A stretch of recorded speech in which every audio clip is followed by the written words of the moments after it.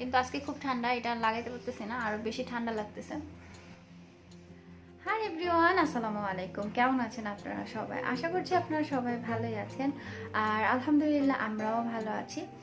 তো আজকে হচ্ছে আমি এবং বাসার সবাই, তাছাড়া দেশের সবাই বলা যায় যে বুলবুলকে নিয়ে চিন্তায় আছে। আর ইতিমধ্যে সবাই হয়তো জানেন যে বুলবুল মানে কিসের কথা বলছি আর কি। যদিও নামটা আসলে খুব ইন্টারেস্টিং, বাট বিষয়টা কিন্তু মোটেও মজার না। তো এতটুকুই দোয়া আসলে থাকবে যাতে দেশের সমস্ত মানুষ ভালো থাকে, আল্লাহ যাতে মানে কোনো বড় রকমের বিপদ আপদ না দেয়, এতটুকুই আসলে চাওয়া এবং দোয়া থাকবে। আর তাছাড়া হচ্ছে গিয়ে এখন সিলেটে অবশ্য তেমন কোনো কিছু দেখা যাচ্ছে না, হালকা হালকা শুধু বৃষ্টি হচ্ছে গুড়ি গুড়ি, আবার অনেক সময় বৃষ্টিও নেই, অবস্থার মধ্যে আছি আমরা। আর আমার মাথার উপরে এখনো বেলুনগুলো দেখতে পাচ্ছেন, কারণ তো সাজগোজে সবকিছুই মোটামুটি খোলা হয়ে গেছে, শুধুমাত্র এই বেলুনগুলোই খোলা হয়নি, কারণ আফিফও দেখলাম যে বেলুনগুলো খুব পছন্দ করছে। আর মনে হলো এত কষ্ট করে এগুলো ফুলানো হয়েছে, থাক আরো কিছুদিন, তারপরে হচ্ছে এমনিতেই যখন একটু চুপসে যাবে তখন খুলে ফেলবো।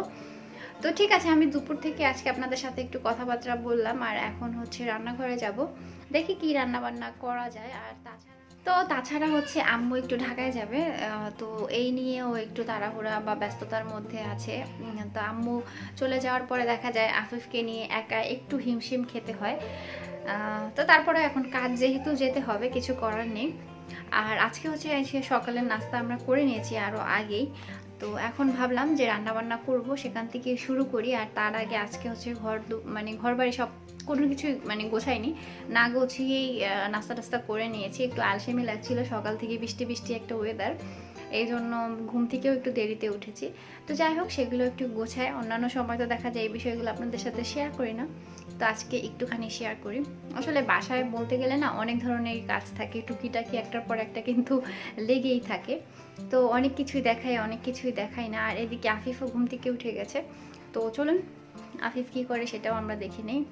আর প্রথমে আগে ঘর বাড়ি একটু গুছিয়ে নিই, তারপরে হচ্ছে অন্যান্য কাজের জন্য যাব আর কি। ঠিক আছে, তো চলুন আমাদের। আর আজকে সকাল থেকেই মানে ওয়েদারটা একদম মেঘলা হয়ে আছে, তেমন একটা আলো আসলে দেখা যাচ্ছে না বাহিরে। তো আমি বিছানাটা গুছিয়ে নিচ্ছি, আর আমার বেডটা যেহেতু একটু নিচু, তাই গোছানোর সময় একটু আসলে বিরক্ত লাগে, বাট অন্যান্য দিক থেকে ভালো লাগে। আর একটা মজার বিষয় হচ্ছে আফিফ কখনো বেডের থেকে পড়ে যাওয়ার যে ভয় সেটা থাকে না। ছোট বাচ্চা থাকলে কিন্তু উঁচু বেড থেকে পড়ে যাওয়ার একটা চান্স থাকে। তো আমার বেডটা যেহেতু নিচু, আফিফ খুব ইজিলি বেড থেকে নামতে উঠতে পারে। তো এই তো আমি বিছানাটা গুছিয়ে নিলাম, কিন্তু এমনভাবে বিছানা হয়তো বা 5 মিনিটও থাকবে না, সেটা আমি তো একদম শিওর। আর সেই সাথে আপনারাও শিওর হয়ে নেন, কারণ যাদের বাসায় বাচ্চা আছে তারা এই বিষয়টা অবশ্য আমার থেকে ভালোই জানবেন।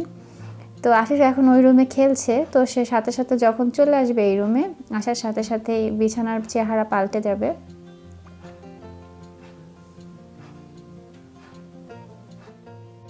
আপনাদেরকে আরেকটা মজার জিনিস দেখাই, এই যে দেখেন আলমারির উপরের অবস্থা দেখতে পাচ্ছেন। এটা যতই আমি গুছিয়ে রাখি, এটা সেম অবস্থায় হয়। এই যে আফিফ খেলবে, খেলার পরে খেলনাগুলো সব এভাবে ধরে ধরে আফিফের আব্বু তুলে রাখবে। তো যখনই আমি গুছাই কোনো লাভ হয় না, এমনই হয়ে যায়। যদিও আমার মানে আলমারির উপরটা অগোছালো থাকলে আমার ভালো লাগে না, কারণ খাটে বসলে সরাসরি এটার উপরে চোখ পড়ে। বাট কিছুই করার নেই, যতই আমি গুছাই ওই দেখা যাবে সকালে উঠেই একই অবস্থা। মাঝে মাঝে খুব রাগ হয়, কিন্তু কি করব, এখন অনেক কিছুই আসলে আফিফের জন্য ছাড় দিতে হয়, কিছুই করার নেই। সারা ঘরবাড়ি তার জিনিসপত্র দিয়েই এদিক সেদিক হয়ে থাকে, আর আমাদের জিনিসপত্র খুঁজে পাই না মাঝে মাঝে। আর টেবিলের কি অবস্থা দেখেন, কালকেও টেবিলটা গোছানো হয়েছে, বাট এখন এই অবস্থা। এই যে আমার বাবার জুতা, ল্যাপটপের উপরে তার সানগ্লাসের ডান্ডা একটা ভেঙে ফেলছে। আজকে আপনাদের সাথে সব সময় তো পরিপাটি জিনিস দেখেন, আজকে একটু বাস্তবে আসলে কেমন অবস্থা হয়ে যায় ঘরে সেগুলো দেখাচ্ছি, কেউ মাইন্ড করবেন না। এই যে দেখেন সানগ্লাসের ডান্ডা ভেঙে অবস্থা খারাপ, ঠিক আছে। আর এই যে এই ছোট্ট গ্লাসটা দেখতেছেন, এটা হচ্ছে মারিয়াম দিয়েছে আফিফকে। সরি, একটু ঠান্ডাও লাগতেছে মনে হয়। যাই হোক, এই গ্লাসটা কিন্তু খুবই সুন্দর, তো আফিফ এটা নিয়ে খেলাই করে, পানি আর খায় না। তো সেটাও এখানে চলে আসছে। আর এই দেখেন পাফের কি অবস্থা। ওই দিন সাজার সময় পাফ বের করে আফিফ কামড় দিয়ে না হাত দিয়ে যেন ছিঁড়ে ফেলছে। তো এগুলো চলতে থাকে। এই হচ্ছে টেবিলের অবস্থা। প্রতিদিন একই অবস্থা, একই অবস্থা, একই অবস্থা। আমার মনে হয় যাদের বাসায় বাচ্চা আছে তাদের সবারই একই অবস্থা হবে। প্রয়োজনীয় জিনিস আফিফের খেলনার ঝুড়িতে চলে যায়, আর আফিফের খেলনার জিনিস আমার ড্রেসিং টেবিলের ভিতরেও চলে যায়, মানে এরকম অবস্থা। তো ঠিক আছে, এগুলো একটু গুছাই। তো মোটামুটি ঘর গুছালাম, এখনও বাকি আছে, বাট সেই ফাঁকেই আবার আফিফকে একটু সময় দিচ্ছি, কারণ সেও বেশিক্ষণ আম্মুকে ছাড়া থাকে না, আর আম্মুও তাকে ছাড়া থাকতে পারি না। তো সে হচ্ছে বল নিয়ে খেলছে, তো আমি একবার দিচ্ছি, আবার সেও নিজে থেকে দিচ্ছে। আর চামচ পেলেই হয়, মানে সেটা তার খুবই পছন্দের, যদিও বিষয়টা আমার ভালো লাগে না, বাট কিছু না কিছু দিয়ে ওর হাত থেকে আর কি সরাতে হয়। আর এদিকে বাজার থেকে হচ্ছে আজকে মাছ আনা হয়েছে। তো মাছগুলো অবশ্য আম্মু কাটতেছে। আমার অবশ্য মাছ কাটতে ভালোই লাগে, তবে আম্মু বা মা, মানে আমার শাশুড়ি, যে কোনো একজন থাকলে আমার অবশ্য মাছ কাটা লাগে না। তারাই মাছ কাটার দিক থেকে অনেক বেশি এক্সপার্ট, তারাই কেটে ফেলে আর কি। তো এই যে পাবদা মাছ এনেছে, ওগুলো কাটা হয়ে গেছে। আর মাছ কাটার সময়ও এই যে চলে এসেছে আমাদের বাবাই, তাকে 1 মিনিটও এদিক ওদিক রাখা যায় না। তো সে কাঁচামরিচের বক্স নিয়ে খেলা করছে, এভাবেই চলতে থাকে তার খেলা। তো শোল মাছ এনেছে 2টা, আর হচ্ছে পাঙ্গাস মাছ, আর এদিকে হচ্ছে পাবদা মাছ দেখলেন। আর এদিকে হচ্ছে ইলিশ মাছ এনেছিল 2 দিন আগে 2টা, তো ওর মধ্যে একটা হচ্ছে কাটা হয়ে গেছে আর একটা কাটা বাকি ছিল। তো আম্মু যেহেতু ঢাকায় যাবে, তো আম্মু বলল যে আমি এগুলো কেটে কুটে রেখে যাই, তাহলে তো রাফিফকে নিয়ে কষ্ট কম হবে, একা একা একটু সুবিধা হবে আর কি। যদিও মা আছে বাসায়, বাট মার শরীরটা তেমন একটা ভালো না, তো মা আসলে ওরকমভাবে হেল্প করতেও পারে না। তো এদিকে হচ্ছে দুপুরের জন্য অল্প করে মুরগির মাংস রান্না করা হচ্ছে, আর বরবটি আর হচ্ছে আলু দিয়ে চিংড়ি মাছ দিয়ে একটা সবজি রান্না করছি। আর সত্যি বলতে আসলে মায়েরা যেভাবে সন্তানের কষ্ট বোঝে, সেটা আসলে অন্য কেউই বোঝে না। আর এখন এটা বেশি ফিল করতে পারি যখন থেকে আফিফ হয়েছে, তারপর থেকে আর কি। তো সবজি আর মাংস রান্না করা হয়ে গেছে, আর এদিকে হচ্ছে একটা শোল মাছও রান্না করে নিয়েছে আম্মু। তো তারপরে এই যে আপনাদের সাথে দেখাচ্ছি যে আফিফ বাবাই গোসল করার আগে তার কাণ্ড কারখানা। গোসল করবা? করবা আব্বু? গোসল করবা? গোসল গোসল দেখি, তাকা আম্মু দিকে, তাকা আম্মা, তাকা। আফিফ কই? হাসি দেখো আফিফকে, হাসি দেখো। তুমি গোসল করবা? দাঁত দেখি, দাঁত গোসল দিবা? গোসল করবা? দাঁত দেখি। গোসল করবে তুমি? হ্যাঁ, চোখে কি লাগাইছো তুমি? আফিফ তাকাও, ওয়াও, একটা হাসি দাও, হাসি দেখো আম্মুকে, দেখা। চলো গোসল করি, চলো। তো এই তো আফিফকে খাওয়া দাওয়া করিয়ে ঘুম পাড়িয়ে দিয়েছি, বাবা আমার ঘুমিয়ে আছে। আর এই ফাঁকে হচ্ছে রান্নাবান্নাও শেষ, তো গোসল করতে যাব। তো আফিফ হচ্ছে ঘুমিয়ে আছে, এই ফাঁকে আমি চলে যাব গোসল করার জন্য। বাট আজকে যেহেতু একটু ঠান্ডা ঠান্ডা আর বৃষ্টিও হচ্ছে, তো একটু আলসেমি লাগছে। তো তারপরও গোসল করে নিতে হবে। আসলে গোসল করলে কিন্তু সারাদিনের যে ক্লান্তিটা থাকে কাজ টাজ করার পরে, ওটা অনেকটাই রিলিফ হয়ে যায়। তো গোসল করতে যাব। আর তার আগে আপনাদের আরেকটা জিনিস দেখাই, আমি মানে রেগুলারই মোটামুটি স্কিনের জন্য একটা জিনিস ব্যবহার করি, তো সেটাই আপনাদের সাথে একটু শেয়ার করছি। তো যে জিনিসটা শেয়ার করব বলেছিলাম সেটা হচ্ছে এই যে এগুলো হচ্ছে আমার অ্যালোভেরা গাছ আছে। তো অ্যালোভেরা গাছের ভিতরের যে মানে জেলের মতো যে অংশটা থাকে, সেই অংশটার সাথে সমান পরিমাণ পানি, মানে যতটুকু অ্যালোভেরা ঠিক কতটুকু পরিমাণ পানি নিয়ে তারপরে আমি ব্লেন্ডারে ব্লেন্ড করে নিয়েছি। তারপরে এভাবে আইস কিউব বানিয়ে নিয়েছি। তো মোটামুটি এরকম বানিয়ে নিলে দেখা যায় যে রেগুলার ইউজ না করতে পারলেও অন্তত একদিন পর পর বা যখন একটু সময় পান, কারণ এটা যে কোনো সময় আসলে দেওয়া যায়, তো ইউজ করলে স্কিনের জন্য কিন্তু ভালো, ময়লাটা পরিষ্কার হয়ে যায়। তাছাড়া অ্যালোভেরার কিন্তু বহু রকম গুণ আছে। তো যাই হোক, স্কিনের জন্য অনেকটাই ভালো, আর সেই সাথে স্কিনটা একটু টান রাখতে সাহায্য করে। আর বরফ কিন্তু আমাদের স্কিনের জন্য ভালো। যেমন বাইরে থেকে আপনি যখন আসলেন, এখানে যেন কি লাগছে, আচ্ছা যাই হোক, আফিফকে খাওয়ানোর সময় আফিফের ভাত লাগছে। তো বরফ কিন্তু আমাদের স্কিনের জন্য অনেক বেশি ভালো। বাইরে থেকে আসার পরে দেখা যায় যে মুখটুক কিন্তু লাল হয়ে থাকে বা রৌদ্রে পোড়া যে একটা ভাব থাকে, তো বরফটা দিলে কিন্তু সাথে সাথে দেখা যায় ওই জিনিসটা আর স্কিনে পড়ে না। তো আর অনেক কিছু, যদিও আমি বিউটি ব্লগার না, এত কিছু বললে আসলে ভুলভাল হয়ে যাবে, পরে সমস্যা। নিজে যতটুকু ইউজ করি সেটাই বললাম আপনাদেরকে। তো সেটাই লাগিয়ে নিচ্ছি স্কিনে, আপনাদের সাথে নিয়ে লাগাই, আজকে একটু দেখাই আর কি।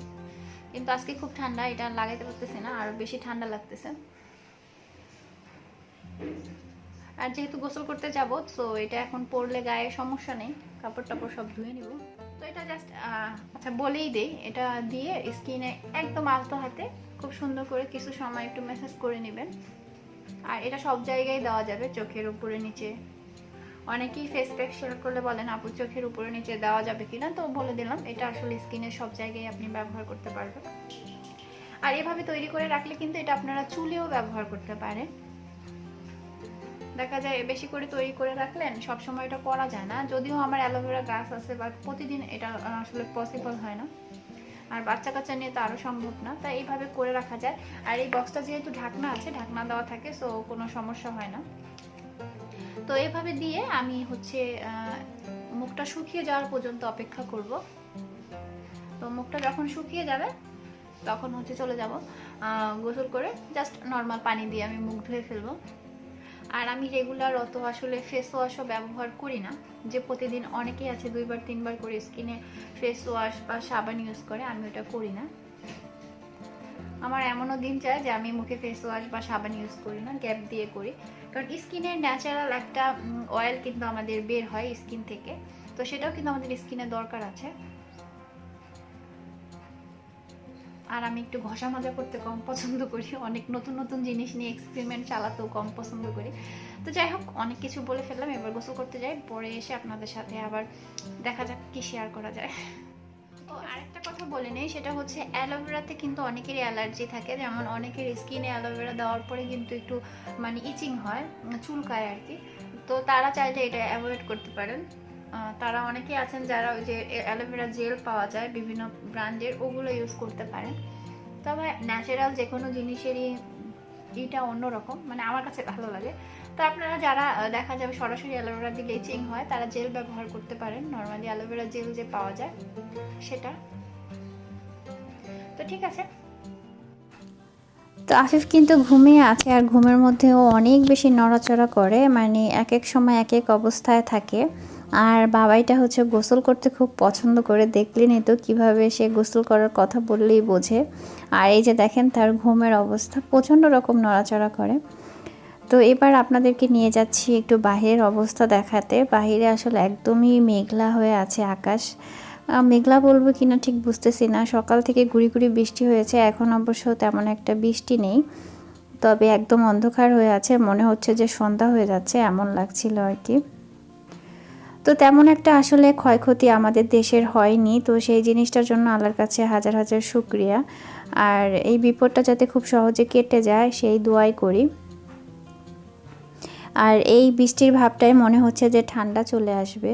তো এই তো গোসল করে নিয়েছি, আর আজকে বাহিরে একদম অন্ধকার হয়ে গেছে, তো এই জন্য হচ্ছে গিয়ে লাইট জ্বালিয়ে রাখছি। আর আফিফ এদিকে ঘুমায় আছে, এই যে দেখেন আফিফের ঘুমানোর স্টাইল, এই অবস্থা। আর এই তো, তবে অলরেডি অনেকটা দেরি হয়ে গেছে, আমি একটু দেরিতেই গোসলটা করলাম। আর আফিফের আব্বুকে ফোন দিছি, ওর কাজ করতেছে, ওর হয়তো আসতে আরও লেট হবে। আসলে একা খেতে ভালো লাগে না, বাট তারপরেও কিছু করার নেই, অনেক সময় খেতে হয়। তো দেখি ও আসুক তারপরে খাবো। বাবা ঘুম হয়েছে তোমার?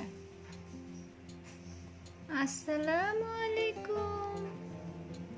আবার ঘুমাই যেতেছ আফিফ? আফিফ আব্বু উঠো উঠো উঠো উঠো। আসসালামু আলাইকুম, একটা হাসি দেখাও। আম্মুকে তো হাসি দেখাও, দাঁত দেখি দাঁত। তুমি এটা কি করে দিছো? সুসু করে দিছো? আল্লাহ আল্লাহ আল্লাহ, তুমি সুসু করে দিছো? তো এই তো খাওয়া দাওয়া করে তারপরে আপনাদের সামনে আসলাম। আর আজকে একা একাই খেতে হলো, কারণ হচ্ছে আফিফের আব্বু এখনো আসেনি, আর এখন বাজে প্রায় 3:45টার মতো। তো সে আমাকে মাত্র ফোন দিয়ে বললো যে ওরা আসতে নাকি আরও লেট হবে। তো এই জন্য বললাম যে ঠিক আছে তাহলে তুমি বাইরে খেয়ে নাও, আর আমিও আমার খাবার শেষ করলাম। এই তো এখনকার অবস্থা।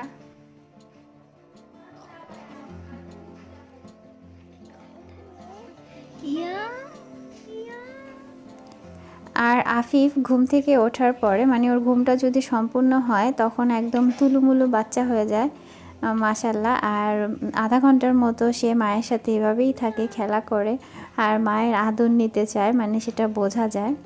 একটু আদর দিতে দেরি হলে সে হাত দিয়ে ধরে আদর দেয়, এগুলোই করে। তো এখন হচ্ছে সন্ধ্যার চা খেয়ে নিব, আর আপনাদের ভাইয়া এখনও আসেনি, তো সে হয়তো কাজ শেষ করে একসাথে আসবে আর কি। তো আমরা চা খেতে বসেছি সন্ধ্যার সময়। তো আফিফও এখন আমাদের সাথে একসাথেই বসে। তো এই যে বিস্কিট দিলে সে প্রথমে একটু দেখা যায় মুখ বাড়িয়ে এভাবে নেয়, কিন্তু সেটা মানে কয়েক সেকেন্ডও মুখে রাখে না, একটু পরেই সে ফেলে দেয়। তবে খাবারের সব ধরনের স্বাদই তার মুখে দেই, যে ট্রাই করে আসলে দেখি সে কী করে। আর এখন যেহেতু একটু ঠান্ডা ঠান্ডা, তাই একটু ভারী কাপড় পরিয়ে দিলাম। আসলে এই ড্রেসগুলো কেনাই হয়েছে, বাট একবার বা দুইবার হয়তো পরেছে, কিন্তু গরমের জন্য বেচারা পরতেই পারেনি। আর বাচ্চাদের কাপড় কিন্তু এমনিতেও বেশি পরানো হয় না। আর আমি কিছুদিন ধরে চিন্তা করছি, কয়েকটা চ্যানেলই আমার ভীষণ ভালো লাগছে তাদের কাজগুলো, ভিডিওগুলো, বাট তারা সেই পরিমাণ আসলে সবার সাড়া পাচ্ছে না, বা তাদের ভিডিওগুলো সবার কাছে পৌঁছাচ্ছে না। তো আমি একটু সময় করে আস্তে আস্তে সবার যে চ্যানেলগুলো আমার ভালো লেগেছে তাদের নামগুলো বলবো ইনশাল্লাহ। তো যাই হোক, আজকের মতো এখানে বিদায় নিচ্ছি। আর যারা আফিফকে ভালোবাসেন অবশ্যই আফিফের চ্যানেল থেকে ভিজিট করবেন। আফিফের চ্যানেলের লিঙ্ক আমার এই ভিডিও ডেসক্রিপশন বক্সে দিয়ে দিব। তো ভালো থাকুন সবাই, আমাদের জন্য দোয়া করবেন। আল্লাহ হাফেজ।